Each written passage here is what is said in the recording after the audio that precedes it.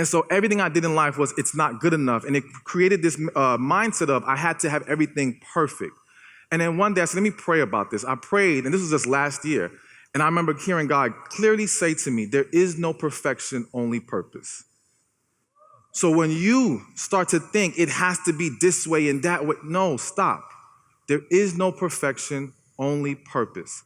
But I want to start with that story because if you notice, I said there was something that happened in my childhood that shaped my mindset.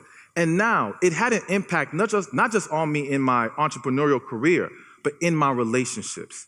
Because if it was never good enough, I didn't want to be in a relationship. I kept pushing it away. I kept finding ways to run away from it and put walls up. And many of you in here right now, you have walls up. You are guarded. You've been hurt.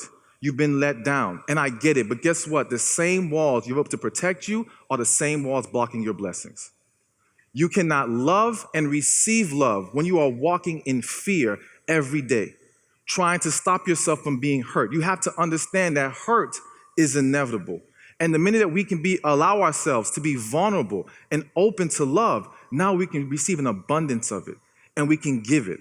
So the first thing I really want to talk to you guys about today is healing. You have to heal if you want to have successful relationships.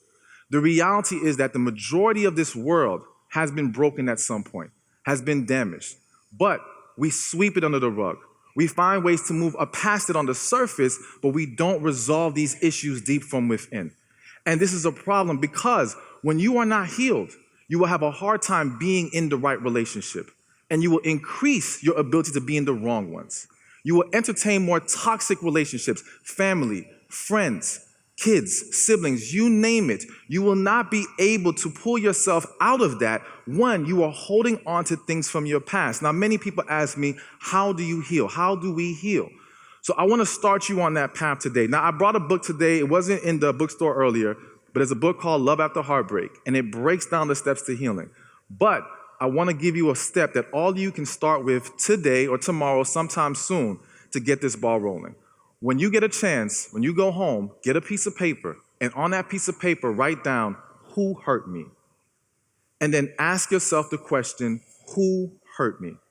And every person who comes to mind, put them on that paper. It doesn't matter if you think it's irrelevant. It doesn't matter if you think it happened so long ago. It doesn't matter if you think you moved past it. If they come to mind when you ask yourself that question, they are relevant. And there is something there that has to be resolved.